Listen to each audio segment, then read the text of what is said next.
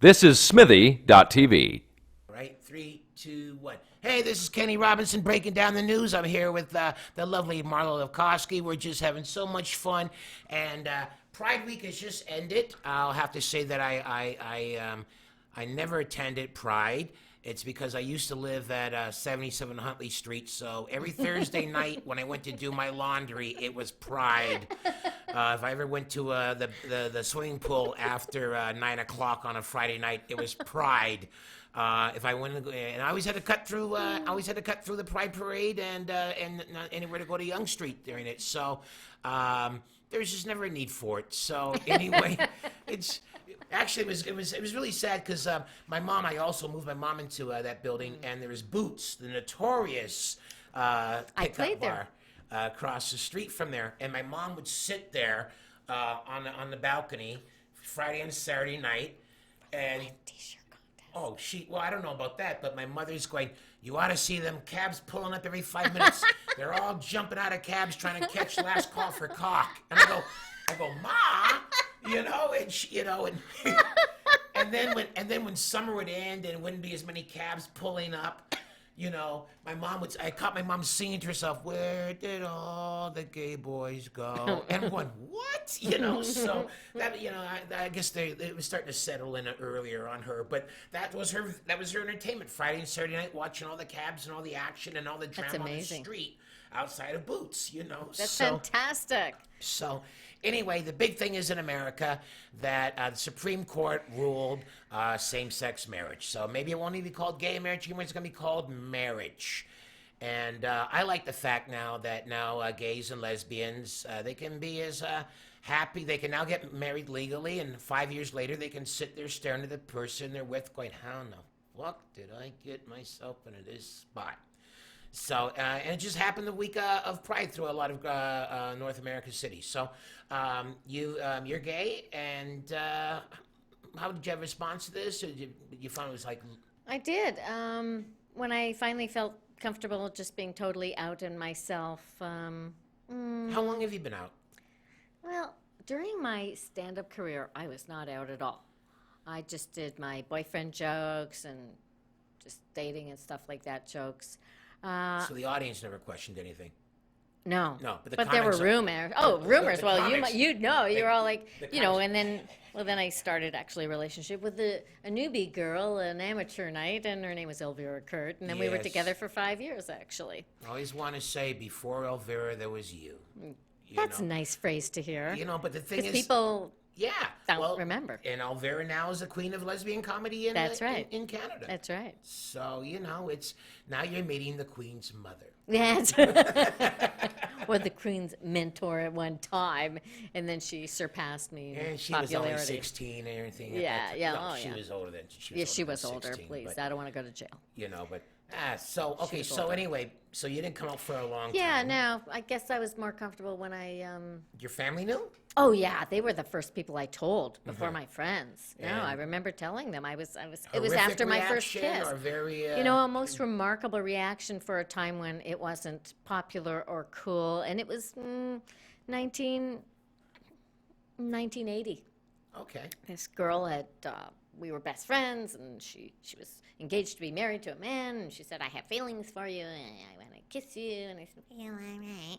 She kissed me, and I felt this electricity. I went, oh, my God, this is what they're talking about, because the dates up until that point, I never felt electricity. I felt just a been fellows in the meanwhile? Yes. Okay. And so that's when I knew, and we had this little affair, and I just thought, and then, of course, she dumped me. She said, I'm going back to my boyfriend. Okay, fine.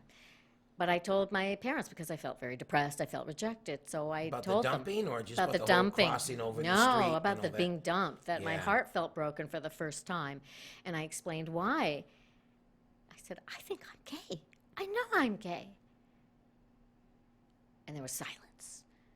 They were sitting at the table. I was leaning on the stove, facing them. Were they were having reading the coffee, news. or was it Yes, dinner, they were having dessert, and my mother was reading the newspaper, and my father was just. And there was this quiet. And, he said, and then my thank father God she's said, not asking me for money. I never did. You're gay. How much will this cost me? No, my father said, well, does it make you happy that you're gay? And I said, I'm not happy right now because my heart's broken, but I'm happy that I know who I am because everything makes sense now and I feel free. And he said, Mommy and I have always only wanted your happiness. If you're saying you're happy, we're behind you. That was 1980. And your dad's saying this, and what is your mom saying? My mother's very quiet. Nobody asks that, Kenny. Everybody goes, oh, that's lovely. Nobody said, what did my your mother mother's say? looking at your father like, later on, you and I will talk. My mother said, in all honesty, my mother was very proper. Do you think you need to see a therapist and talk to them? Only a gay one that's looking for action. I said, and I said, no, because I don't feel troubled anymore. There's nothing to talk to anybody about. If you need to talk to somebody, that's good, so you can understand. I said, I don't need to talk to anybody. This is the one problem I don't have anymore. How old were you? I was like 21. Okay. But I decided, because I sadly heard news through the Toronto entertainment casting industry that it's not cool to be gay. Don't tell anybody, and I didn't, except my sisters and my cousins and my parents. Right. And, one or two friends. Hey, there's still actors that are movie stars I know. that have to keep it underneath the rug Absolutely. and nailed down. So, Yep. I mean, you can say it's more accepted, Yep. and now it's legal. Right. But I mean, for so long, people thought, it's interesting. Your mother said, "Would you like to see somebody?" Because for maybe it's a mental illness, maybe it's a stage, perhaps shock treatment may shock the gayness out of them. And sadly, that was the treatment in the 40s, 50s, 60s, even. Well, now they've got people boiling the children, trying to exorcise the gay demons, and there's camps now to go get unfagified, and they have all these things happening. And do you know that it was in the medical, diagnosis book? I forget. It's The called one with the dirty pictures? DSM, whatever it's called, I forget, or SM, S&M, something like that. Oh, SM's a whole different book. Yeah. Oh, yes, that's right. It didn't change for homosexuality being a mental illness until like 1976 officially in the psychiatric diagnostic section of. So that way, That's a long time to wait. if you had a gay child, you could just send them to a ward. Yes. As opposed to Yes, trying because to hope you can technically, keep even it though secret. it took that long, and actually, it was Trudeau that helped get these things decriminalized and changed. Wow. Pierre. And meanwhile, Trudeau. he's despised in the West for making Petrocan. So, Well, he did something really, really good for gay people, and people have to kind of remember who helped us get this far. and I think took the next step for gay people in Who? acceptance? Jerry Springer. Really? Well, Jerry Springer has every Are you episode. pulling my leg? Every episode, there's some guy who thought he met a woman at a bar. I was born a man.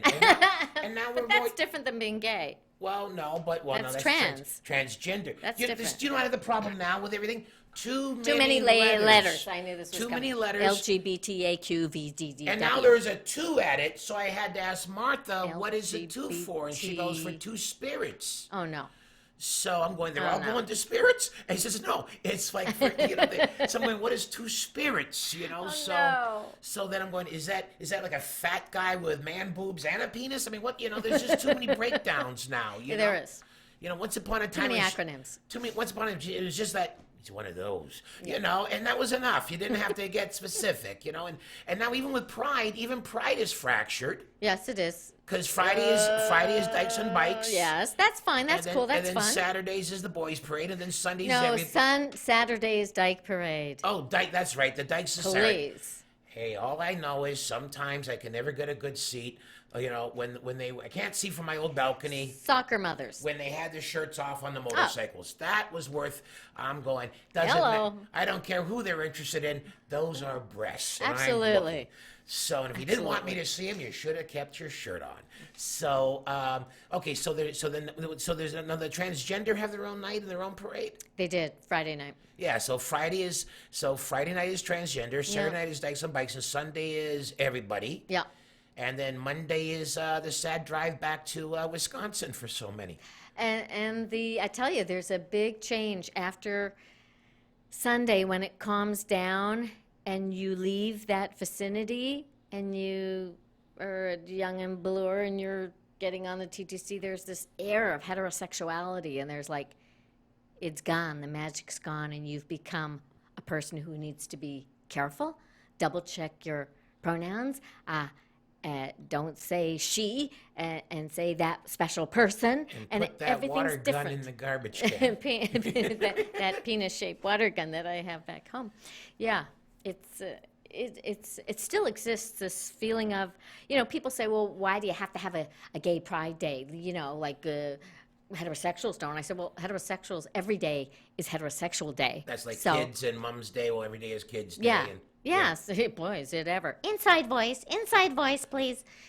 Well, to me, the last night of Pride on the Sunday, like I said, living on Huntley Street, I used to see everybody staggering back after all the bars are closed, and I saw two guys that were dressed in sailor suits, and to me, it looked like a retreating army. Like. You mean? Well, yeah, they're all, they're half their uniforms missing. They look like shit. They've been boozing and partying and balling left, center, and right for 3 days. And now it's back to that, to that cubicle on Monday. And Right. you can see them all, Yeah. and The executive of the bank whatever it takes is. off his leather choppers and goes back. the gay army is in retreat now. Yeah. It's, Yeah, there is that feeling. But I have to say, I only started to go, maybe 1990, I started to go more every year. And I could feel that energy. And now I go with a straight friend, and she loves it. And it actually makes her very emotional. She sees the freedom. Right. And then I go to visit her in Thornhill, and it's like, oh my God, this is such a heterosexual. It's like, I don't even differentiate. Most of my friends are straight. I don't even think about it. And I do feel sometimes that my straight friends think of me as their gay friend. Huh. And not just their friend first. It's like I have a Right. Jewish friend, I have a black friend, then they have a gay friend. And of course, I said, you don't even have gay friends. I do too, my hairdresser and my makeup artist. I said, they're all men. paid. Oh, and they're I said- all hired positions. So Yes, it's- yes, but they're all men. If I'm talking to a woman, I said, do you have any female friends? I say, they go, no. I said, that's strange. I have male straight friends. I have female straight friends. How come you don't have female gay friends? There's this thing still. As Right. cool as people think, it's like Cher. She goes, she's the queen of gay support and stuff. And then her daughter says, I think I'm gay. She goes, what? Not in my dead body. She freaked out. Do you shit. know that? She No, I freaked out. didn't. And then she finally calmed down with that, and she goes, Mommy, Cher, I got more news. I'm not even gay. I think I'm a man. What? Oh, all right, I can handle that now. So she was actually better about that because she'd been through the trauma. But yeah, sure, it's still a shock, even if you're supportive. I don't find it a shock. I mean, it's like in the civil rights movements where they were they're teaching their kids that blacks and whites are the same until the daughter brought Lamar home.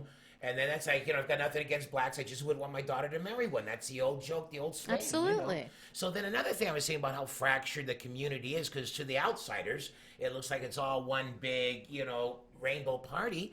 Up until this year, I think it was absent, but they had the group that was with the Zionists and the apartheid and all that. So I thought it was supposed to, and they're defending.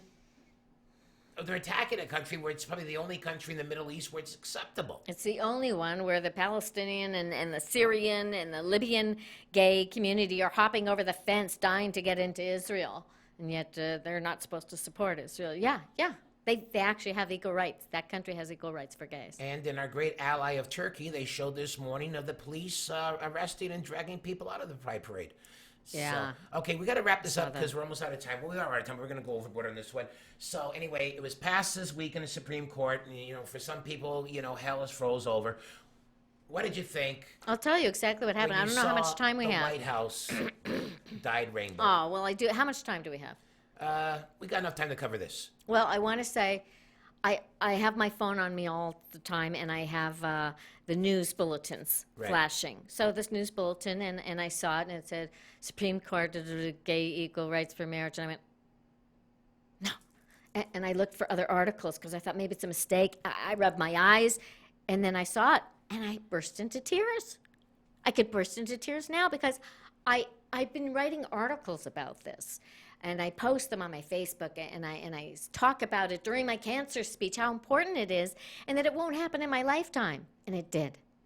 And I know it's just the beginning of the battle because it was for interracial marriage, Right. where that got approved by the Supreme Court of America in 1963 or something. And it but still it didn't but stop the fire but it bombings and didn't get lynchings. totally. Yeah, but every state didn't agree until 1996 was the last one. It was Louisiana or something like that. I can't remember. I wrote the article, but I can't remember anything. Right. But it was that long, so it'll be that long again. But the fact that it happened, even if it was 5 out of 4. And shame on those 4 two are minorities, a black American, Italian American, the black American judge who's married to a white woman who not 20 years ago would be put in jail for that, or 30 years ago, and he's denying. Because he was the first guy to have the sexual harassment Yes, people right. against him. Well, that's another story, but it's He's an the same guy amazing that's thing. against affirmative action. Because even though affirmative action is what got him into into university, he goes, well, let's close the door once I'm in. That's right. But to Yeah. me, I think it was great. To me, it was, well, we'll discuss this next thing, because we're going to talk about Obama next. So Great.